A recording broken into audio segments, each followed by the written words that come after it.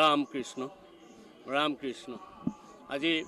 জগতগুৰু শ্ৰীমন্ত শংকৰদেৱ মহাপুৰুষ গুৰুজনাৰ কীৰ্তন মহোৎসৱ 455 সংখ্যক তিৰুভাৱ কীৰ্তন মহোৎসৱ তাক তিথি বুলিও কয় তথাপিতো আমি এনে সত্ৰীয়া হিচাপত কীৰ্তন মহোৎসৱ বুলি কওঁ আৰু এই কীৰ্তন মহোৎসৱৰ আজি সভাৰ দিনা মানে আজি মূল কীৰ্তন প্ৰসংগ শেষ হ'ল এতিয়া পাঠ পঢ়ি আছে আৰু এনেদৰে আমি আগৰ 6 দিন পালন কৰিছোঁ টোটেল 7 দিনীয়াকৈ এই গুৰুজনাৰ কীৰ্তন মহোৎসৱ ভাগি পালন কৰা হয় সত্ৰৰ ৰীতি নীতি পৰম্পৰা অটুট ৰাখি ৰক্ষা কৰি তাল ভংগ নোহোৱাকৈ এই অনুষ্ঠান ভাগি সুকলমে চলাবলৈ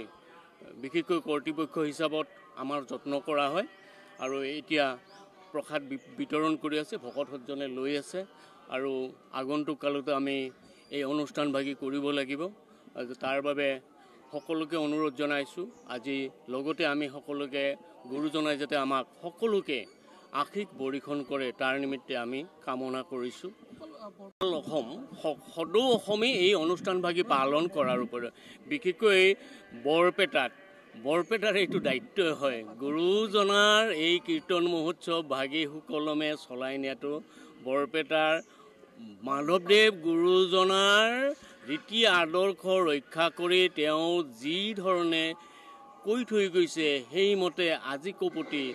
যৎপৰ নাস্তি এটা তাল ভংগ নোহোৱাকৈ কৰিবলৈ বাপ বান্ধৱসকলে বংশ হাতী গোট পৰম্পৰাৰ যি বাপ বান্ধৱসকল তেওঁলোকে যত্ন কৰিছে আৰু আগন্তুক কালতো কৰি থাকিব বুলি আমি আশা পালিছোঁ হয় নিশ্চয় আজিৰ দিনতেই সভাখিনি হয় মানে কীৰ্তন মহোৎসৱ ভাগি হয় তেওঁলোকৰ তাতো হয় ৰাম সুন্দৰদিয়া সত্ৰত হ'ব বিশেষকৈ আমাৰ শ্ৰী শংকৰদেৱৰ থান পাটবাউসী বৰলজাৰ পাটবাউসী তাতো এই অনুষ্ঠান ভাগি হয় আৰু আমাৰ এটা নিয়ম আছে যে বৰপেটা সত্ৰৰ 6টি বংশৰা আছে তেওঁলোকে গৈ প্ৰতিবাৰে এই অনুষ্ঠান ভাগি পালন কৰে আৰু লগতে এইবেলি দক্ষিণ হাতীগোটৰ পালা